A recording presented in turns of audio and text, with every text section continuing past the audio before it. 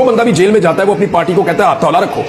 ये पाकिस्तान की रवायत है। आप गौर करें, नवाज शरीफ साहब जेल में थे तो पीएमएल ने हाथ थौला कर दिया था। जरदारी साहब मुश्किल में आते हैं तो पीपल्स पार्टी जो है वो एस्टेब्लिशमेंट के मामलात में या हुकूमत के मामलात में अपना हाथ थौला कर देती है। इधर पाकिस्तान तरीके इंसाफ में उल्टी गंगा बह रही है। जेल में बैठा हुआ आदमी कहता है तुन के रखो, जेल में बैठा हुआ आदमी कहता है चढ़ जाओ, जेल में बैठा हुआ आदमी कहता है कि अग्रेसिव हो जाओ, मेरी परवाह ना करो तुम, खैर मैं जेल में हूं, कोई मसला नहीं।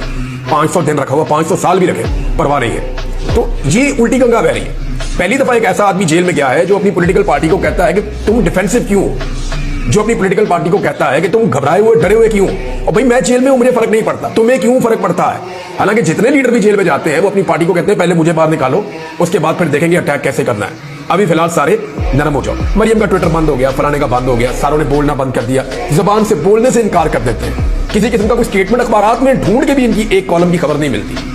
उधर इमरान खान साहब जो है वो रोजाना अपनी पार्टी को एक ही बात कहते हैं कि मेरी परवाह मत